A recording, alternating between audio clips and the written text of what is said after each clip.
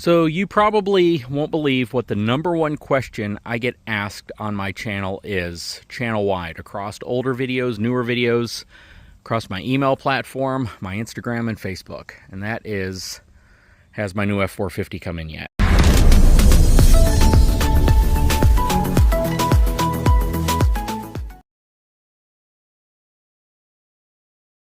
And the answer is no. I actually still have not gotten any word from Ford except a couple emails that I get every several months basically saying that you're still on the list. We haven't forgotten about you, but we haven't started building your truck yet. This is super disappointing. I'm not going to lie. I'm super frustrated with this because the truck that I plan on getting, I wanted to get and be one of the first people with, but obviously that's not going to happen. There's a lot of F450 Limiteds, and I've seen a lot of F450 Platinums that have already hit the market, even some that are at dealerships, and I still don't have any information on my 2024 F450 Platinum. It's going to be a pretty great truck when I get it in terms of content because there's a lot of technology on that truck that I showcased at Ford at their proving grounds, but I never got to use in a more practical scenario. And that was really the reason why I wanted to get a Platinum, because I get to use some of the technology like the bed scale, some of the other features that they've baked into that truck, and actually give you a real ownership perspective of what those features are and if it's actually worth paying for it. Now, the truck that I ordered was going to be in a very similar color to this. It's actually kind of the replacement color to this. It's very similar overall in terms of look. This truck actually has some upgrades over it in terms of like real Alcoa wheels versus the knockoff ones that Ford puts on their truck. Most of the features that truck will have, this truck actually has, except again for some of those technology features that just recently showcased. But the cool thing about being a truck buyer in 2024 is that you can go all the way back to like 2017 and get a truck with a lot of modern tech that even 2024 trucks with mid or lower trims don't have, such as 360-degree cameras. You can get radar cruise control. You can get all of the blind spot mitigation systems. You can get the trailering assist system, the power down tailgate. You have a lot of features that these trucks debuted with that new trucks come with if you get higher trim packages still, but if you opt for a more conventional package like an XLT or maybe even a base Lariat, you don't get those features unless you specifically option for them. And that's a really nice thing, and that's really the point of this video, is kind of wondering, do I really need to get the 2024 model? That's a question I want to pose to you all, my viewers. If I kept this truck and simply maybe did a review of a 2024, would that be enough? Because I'm almost to the point now where I'm like, is it even worth waiting for that truck? This specific truck for me has been absolutely phenomenal. I have had some issues. I've had to deal with some issues with the truck, with the sunroof and some other things. It hasn't been what I would consider to be a perfect truck, but it's been a really good truck. It's been a truck that I don't ever fear, you know, if it's going to leave me on the side of the road broken down or if I'm going to have a problem with it. I have no problem driving this truck every single day when we're not driving the Denali and just enjoying it. And to me, it still looks very similar to the 2024. The changes were pretty dramatic, but I still feel that this is a very relevant body style. And this truck is 7 years old. So we're not talking about a truck that's relatively new. We're talking about a truck that for a lot of people is closer to the 10-year mark, and people are like, yeah, that's when you should get rid of it. But again, massaging seats, power deploy running boards, it's got a lot of the features that you opt for on newer luxury trucks. So if you were to get a 2024, you might say, I want some of these features, and you'd still have to pay for them. Now, the navigation system being an 8-inch display, you know, that's a little bit small, but it's still the same size as the standard display that comes in the 2024 model. You just don't get the huge display, which I've told you guys before in previous videos I'm kind of on the fence about, because even those huge displays make you look at it a little bit more to make simple menu changes. And I kind of like the simplicity of having more buttons versus touchscreen capability. Now, the reasons why I wouldn't want to keep this truck are kind of short. It's a very short list. Mainly the fact that I know that it's depreciating. I know I can still get a good amount for it considering what it is and the miles that are on it, which is about 50,000 miles. So it's very low miles, mainly because we have like 25,000 miles on the Denali that I picked up a year and a half ago roughly, and we've been driving the heck out of it because it gets like 26 miles per gallon in the city and like 32 in the highway.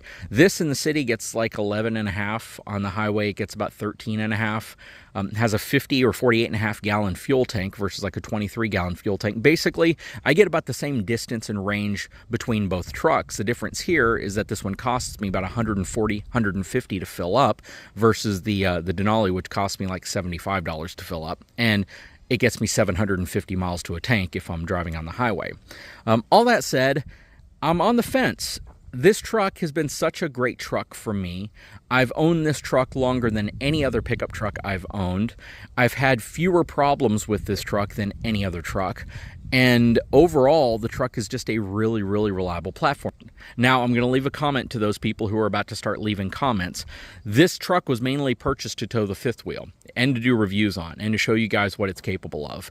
It was never intended to be a truck that was going to get 200,000 miles on it. Never. Because of what I do with my YouTube stuff, I have to be sure that whenever I sell a truck or I trade it in or whatever I do, that there's value to it. And super high miles just doesn't make a lot of sense if you're going to try to get rid of it after a while. I never expected to keep this truck as long as we've kept it. And I can honestly tell you, if we had problems with this truck, a lot of problems, I would have gotten rid of it a lot sooner. I probably would have gotten into a Ram. I probably would have gotten into a GM truck, purely for the fact of showing you guys another truck. But just the fact that this truck has been very reliable and it has features that I love, like the wide track front end, which gives you that incredible steering, that being the single most important feature to me. That honestly is the feature that makes me want to stay with an F450. It just has been a really good truck. And I know a lot of folks who haven't watched my videos before are going to be like, well, why don't you just get a Ram 4500, 5500 and convert it with the chassis cab to a bed? Well, you could do that, but it's not practical to do that. And we already did a turning test comparison of this truck versus a newer Ram 5500 with the chassis hauler bed on it, and my truck still had a significantly tighter turning radius than that truck did. Significantly. Typically, when you compare this to even like the half-ton Denali, this truck has like a 13-foot tighter turning circle than a half-ton Denali and most 3/4-ton trucks, and it's 7.5 feet tighter than even a Ram 5500 with the wide track front axle on it. So again, there's no real head-to-head competitor against this truck. Now, there are a lot of other dually trucks out there, and they compete very well against like an F350, but this truck kind of is in its own category because of what they've done to the front end here. Now, if they made the 350 Tow Boss still, where you got the wide track front end on it, and you had that superior turning angle, that might be a different story. If that truck were still available, that would probably be the truck that I would get because of the softer ride. The fact that it's more comfortable, not because of the suspension so much, but mainly because it uses a smaller diameter wheel and there's more rubber sidewall, which gives you more cushioning. I made a big video about that when we had the F350 dually for about a month and a half before trading it in for this truck back in 2017. Anyways, that's what's going on. I haven't heard anything from Ford about my truck other than an email that I've been getting like every 45 days or so saying that your truck's not being made, but we haven't forgotten about you. And those emails, every time I get them, I'm not going to lie, I get a little frustrated. That said, at what point am I going to have to cancel this order? Because I had a 2023 on order. I had to cancel it, or they canceled it for me, obviously. And 2024... and like September of last year, they told me I needed to reorder my truck and it would be here by February of this year. Well, it's past February and I haven't heard anything positive about my truck. So that's the downside to things.